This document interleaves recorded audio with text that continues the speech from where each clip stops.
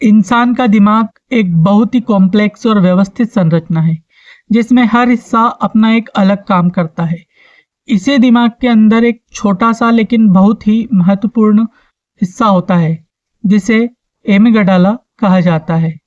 यह हिस्सा दिमाग के बीच के पास टेम्परेल लोब के अंदर शिफ्ट होता है।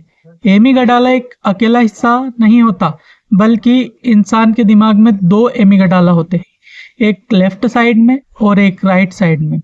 इनका आकार बादाम आलमंड जैसा होता है, इसी वजह से इसका नाम एमिगडाला पड़ा। अगर हम दिमाग को ऊपर से नीचे की तरफ देखें तो सबसे ऊपर सेरेब्रल कॉर्टेक्स होता है, जो सोचने और समझने का काम करता है, और उसका थोड़ा नीचे जो हिस्सा होता है उसे लिम्बिक सिस्टम कहा जाता है। एमिगडाला इसी लिम्बिक सिस्टम का एक हिस्सा है। लिम्बिक सिस्टम इमोशंस, मेमोरी और बिहेवियर से जुड़ा होता है।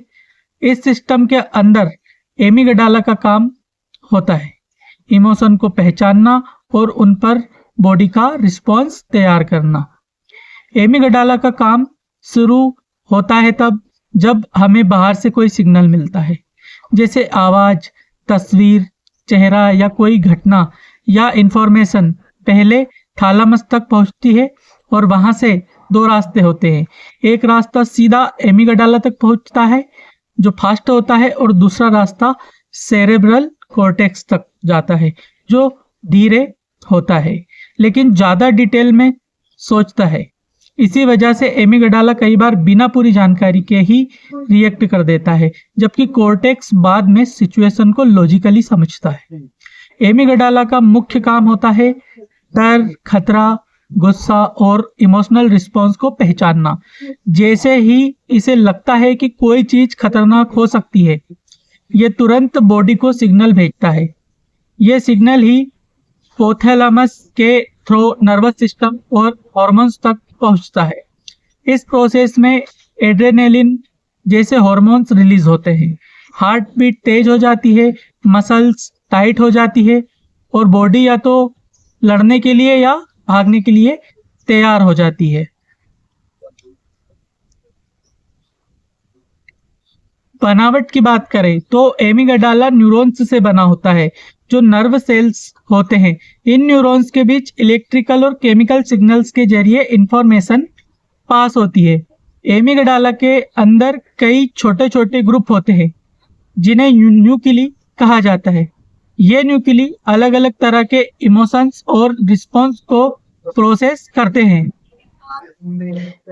इसकी एक्टिविटी केमिकल जैसे डोपामाइन, सेरोटोनिन और नोरोपेनेफ्रिन से प्रभावित होती है, जो दिमाग के कम्युनिकेशन सिस्टम का हिस्सा होता है। एमिगडाला सिर्फ डर तक सीमित नहीं होता, बल्कि ये इमोशनल मेमोरी बनाने में भी मदद करता है। जो घटनाएं ज्यादा इमोशनल होती है, उनकी यादें ज्यादा गहरी होती हैं, क्योंकि एमिगडाला उन मेमोरीज को हिप्पोकैम्पस के साथ मिलकर स्टोर करवाता है। इसी वजह से कोई ट्रॉमेटिक या बहुत इमोशनल एक्सपीरियंस जिंदगी भर याद रह जाता है।